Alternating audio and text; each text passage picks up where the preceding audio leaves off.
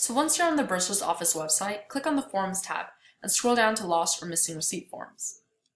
As you can tell by the description here, this is the form you fill out if the original receipt has been lost or misplaced. This is what the Lost or Missing Receipt form looks like. As you can tell by the tab here, there is a lock sign because you should not be editing this form directly.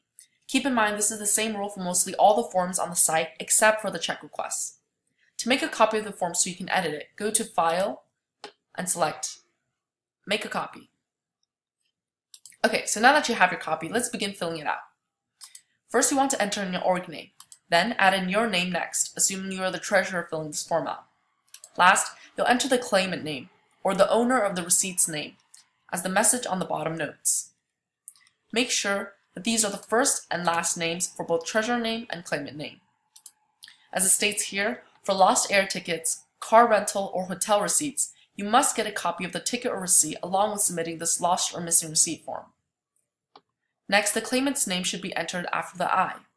After that, enter in the total amount that was on the original receipt and make sure it is the correct amount. Then check off the payment method used. If it was paid by credit card, a screenshot or photo of a bank statement must be submitted along with this form. The bank statement should include the first and last name of the claimant, the last 4 digits of the card, and the record of the transaction.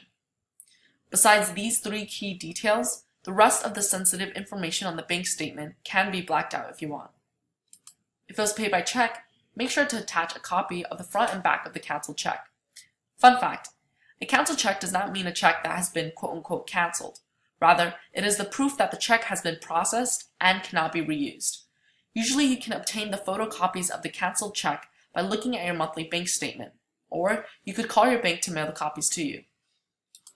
If it was paid by cash, obviously there is no written proof, so we rely on the honor code here.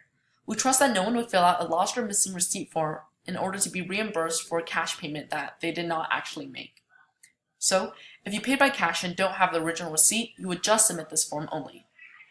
Then, fill out the reason why the receipt was misplaced or lost here. We'll be keeping record of the number of lost or missing receipt forms submitted. You must provide some proof of payment unless the payment was made in cash, as was mentioned above. We also reserve the right to ask for proof of price. This affidavit is submitted in lieu of original receipt and attests. 1. No original receipt for this expense is available.